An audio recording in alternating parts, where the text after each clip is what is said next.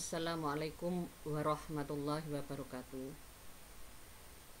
Alhamdulillah Nana, hari ini kita bisa bertemu untuk membahas bab 7 di dalam semester 2 ini.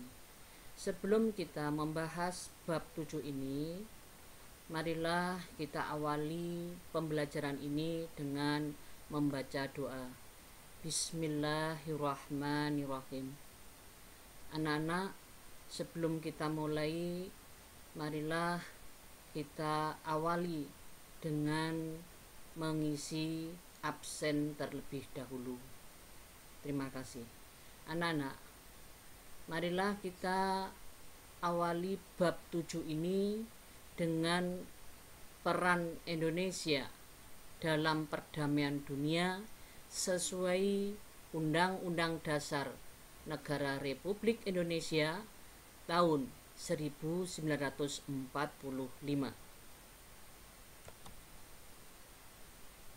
A. Peran Indonesia dalam perdamaian dunia melalui hubungan internasional.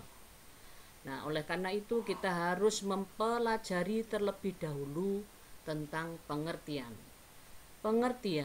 hubungan internasional.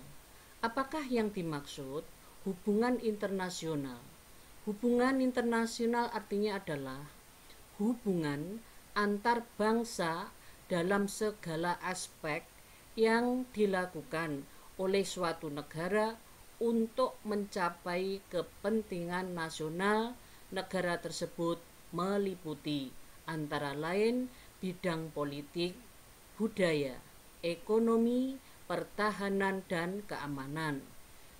Nah, sekarang kita lanjutkan. Ada beberapa pengertian hubungan internasional menurut para ahli.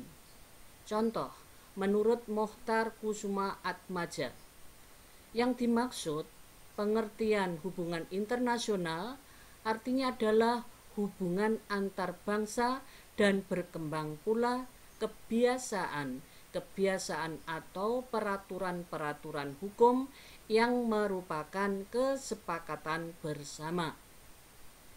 Selanjutnya, menurut Raden Suprapto, arti dari pengertian hubungan internasional sebagai spesialisasi yang mengintegritaskan cabang-cabang pengetahuan lain yang mempelajari segi-segi internasional kehidupan sosial umat manusia.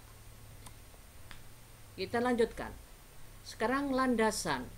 Tadi tentang pengertian, sekarang landasannya apa? Landasan hubungan internasional. Nah, hubungan internasional merupakan jalinan antar negara yang mengacu pada beberapa landasan hukum. Antara lain, landasannya terdapat dalam pembukaan Undang-Undang Dasar Negara Republik Indonesia tahun 1945, terutama alinea keempat.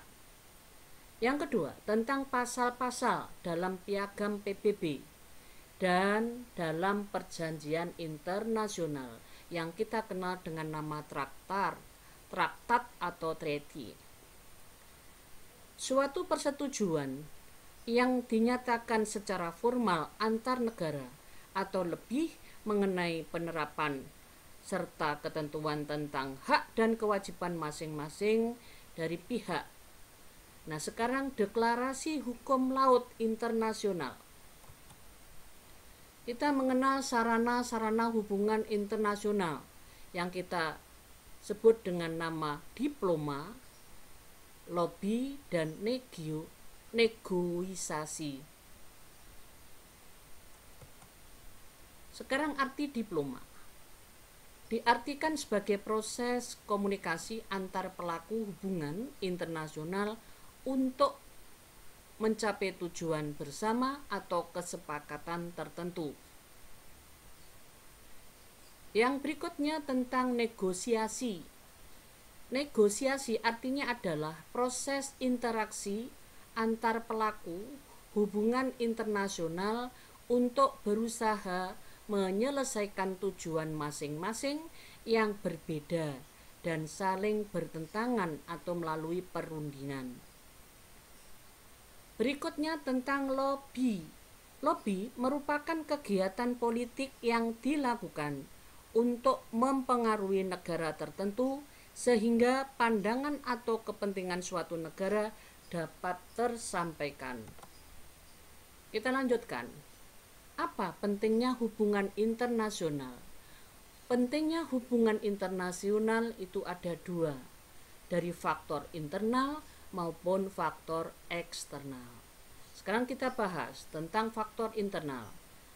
Faktor internal terdiri dari kegiatan peningkatan kesejahteraan nasional, yaitu keinginan meningkatkan kesejahteraan nasional. Yang kedua, keinginan untuk membuka hubungan politik dan memperoleh dukungan dari negara.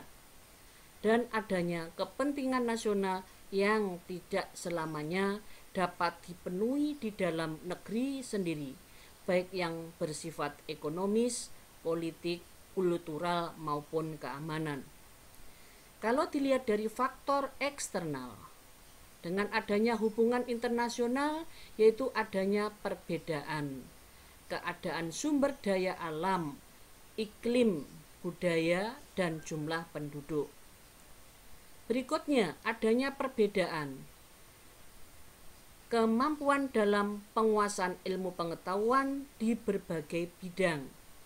Dan berikutnya adalah tanggung jawab sebagai warga dunia untuk mewujudkan kehidupan dunia yang tertib, aman, damai, dan merata. Selanjutnya, politik luar negeri Indonesia dalam menjalin hubungan internasional. Sekarang kita mengerti tentang pengertian politik luar negeri. Politik luar negeri merupakan kebijakan yang ditetapkan suatu negara untuk mengatur hubungan dengan negara-negara lain. Bagaimanakah menurut para ahli?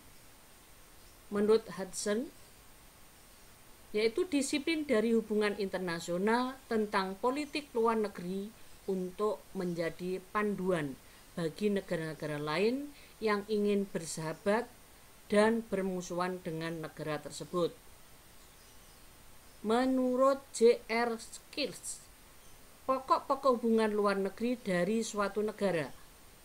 Ada lagi menurut Goldrin, yaitu strategi yang digunakan pemerintah sebagai pedoman di kancah internasional. Kita lanjutkan mengenai tujuan sekarang. Apakah tujuan politik luar negeri Indonesia? Nah, tentunya setiap negara punya tujuan. Sekarang kita mempelajari tujuan politik luar negeri Indonesia. Politik luar negeri suatu negara hakikatnya merupakan salah satu sarana untuk mencapai kepentingan nasional dan tujuan nasional. Tujuan nasional bangsa Indonesia itu tercantum di dalam pembukaan Undang-Undang Dasar Negara Republik Indonesia tahun 1945, terutama alinea keempat.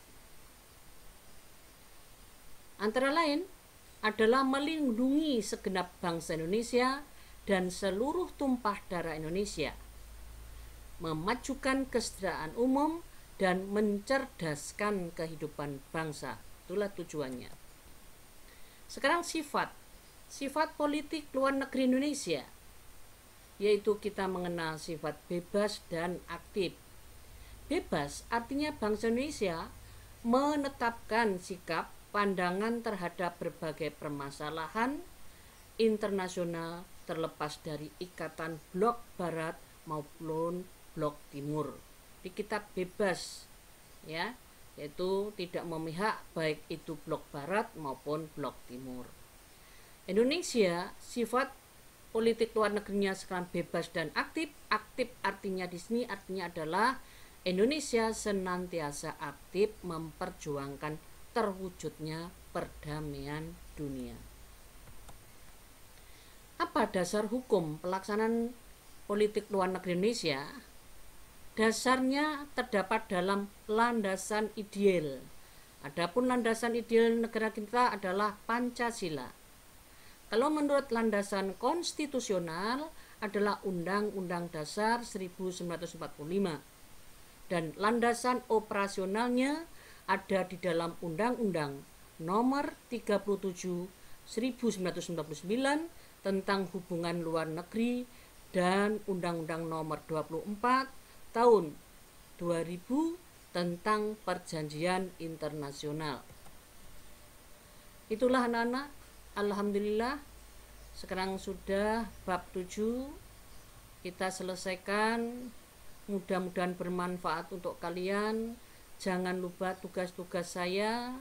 Nah, adapun tugas untuk bab ini adalah buatkan peta konsep dari bab 7 ini, foto, kirimkan di classroom, dan jangan lupa untuk absensinya yang lengkap. Itulah anak-anak dari saya akhiri sampai di sini. Assalamualaikum warahmatullahi wabarakatuh.